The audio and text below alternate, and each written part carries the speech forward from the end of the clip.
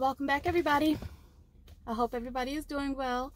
Today I wanted to tell you a story about a time that I burned my little sister's hair off, like burned it off of her head. I burned her hair off. Let me tell you how I did that. I used to have like a lot of curling irons and everything, but I didn't have a hot comb. And so I asked my mother if I could buy a hot comb. She didn't allow us to like have hot combs. Well, now I know why. Now I know why she didn't allow us to have hot combs. So yeah, so I asked her if I could buy a hot comb, and she said yeah. This time she said yeah, and I don't know if it was because I was working a summer job at the DSS, and she's like, well, I'm sure she has all this extra money. I don't know why she said yes this time.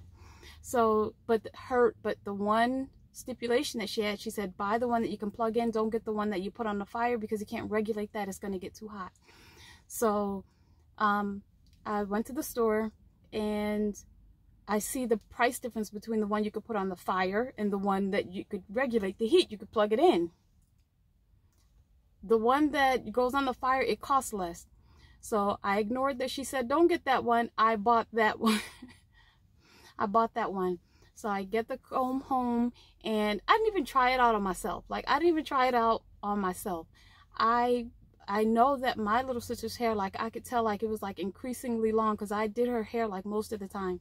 And so I was like, her hair is like really long, but I wanted to see how her hair looked if it stayed straight like the whole day. So I set her up in the kitchen. I made her cute, y'all. I put a little towel on her shoulders like I was a professional. I put the comb on the fire, and of course the comb gets too hot, but I don't know because I haven't used the hot comb. I don't know. I just used to curl my hair. So and those curling irons, like, they didn't get so hot like that it burned my hair off. So so I section her hair. With the very first section, it was about the section was about 2 inches. And so I get her hair, I got it good. I get her hair, the comb, I get the comb, and I put it on her hair, and I didn't even have a chance to even like bring the comb like down the strands of her hair to like straighten her hair. The comb sliced straight through her hair immediately, and I had this all this hair in my hands, and I'm looking at it and my heart is racing. I can smell that I burned her hair. I'm silent. She looks up at me. She's silent. She knows something's wrong. She could probably smell her hair burning as well. And the first thing I said was, oh my God, I don't know what I'm going to do. I turned the stove off and I stared at the hair in my hands.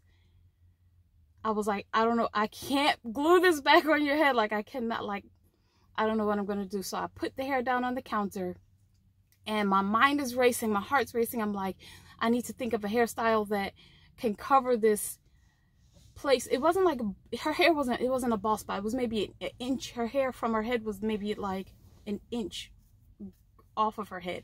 The total rest of the strand of her whole length of her hair was in my hands. So I didn't even get a chance to even do the rest of her hair. Like, I did section it, but with that first section, I straight cleaned. I just burned it off. I just burned her hair off. So I was like, you know what? I'm going to have to, I can't put her hair in ponytails. That's going to be too obvious. So I put her part down the middle of her hair, and I put braids going down, like straight down, because I'm like, I need to be able to cover up that temple area where I just like burned her hair from there. So yeah, that was, you know what, and till this day, I don't know if I told on myself. I don't think I did.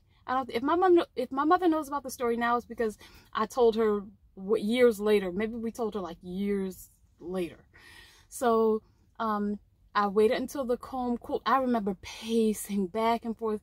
I was even ignoring the telephone was ringing. I didn't care who was on the phone. I was pacing back and forth because I'm like, I don't know what I'm going to do with this comb. In my mind, I had to get rid of it. And that's exactly what I did. I waited for maybe a week or so. I remember I wrapped it like in a bag. Like, why did I put it? So I wrapped the comb up and everything. And I remember before driving to either school or work, at the gas station. I just put it in the gas station trash because I'm like, I don't even want to see this comb. I was so guilty because she told me don't get that one because you can't regulate the heat. But I wanted to get it because I'm like, I know it can get like, you know, hotter, and the price was lower. So yeah, that was the time that I burned my little sister's hair off of her head. I didn't even know anybody who had ever done that before. I just knew of stories where kids either cut their own hair or they cut their siblings' hair, like trying to give them like bangs or something, or never heard of somebody burning their sister's hair off. So I hope you enjoyed the story time, and I will talk to you guys later.